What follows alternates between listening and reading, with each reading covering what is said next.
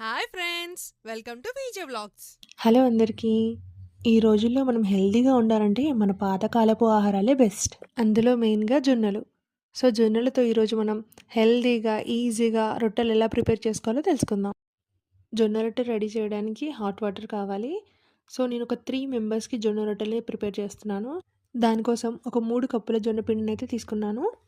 జొన్నల్లో ఫైబర్ ఎక్కువ ఉండడం వల్ల వెయిట్ లాస్ అవ్వాలనుకునే వారికి ఇది బెస్ట్ ఆప్షన్. ఇప్పుడు మరిగిన హాట్ వాటర్‌ని కొంచెం కొంచెంగా వేసుకుంటూ అట్ల కాడతో ఆటాని మెల్లగా కలుపుకుందాం.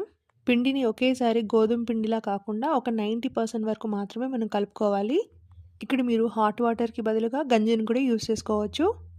ఇప్పుడు పిండి కొంచెం చల్లారాక చేతులతో సాఫ్ట్‌గా అయ్యే వరకు ముద్దలాగా రెడీ చేసుకోవాలి. ఇక్కడ మీకు 2 విధాలుగా రొట్టెని చేయడం చూపిస్తాను నేను. ఇక్కడ వీడియోలో చూపిస్తున్నట్టుగా వేళ్ళతో ఇలా ఒక షేప్‌లో చేసుకోవాలి.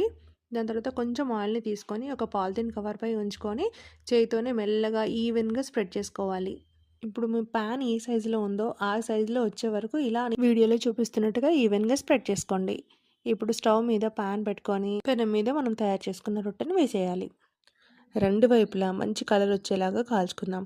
ఇప్పుడు సెకండ్ మెథడ్‌లో మనం 2 పాలిథీన్ కవర్స్‌ని యూజ్ చేసి కొంచెం ఆయిల్‌ని స్ప్రెడ్ చేసి చపాతీని ఎలా ప్రిపేర్ చేస్తామో అలాగే చేసుకోవాలి. ఎడ్జెస్‌ని కొంచెం చేయితో సెట్ చేసుకుంటే సరిపోతుంది.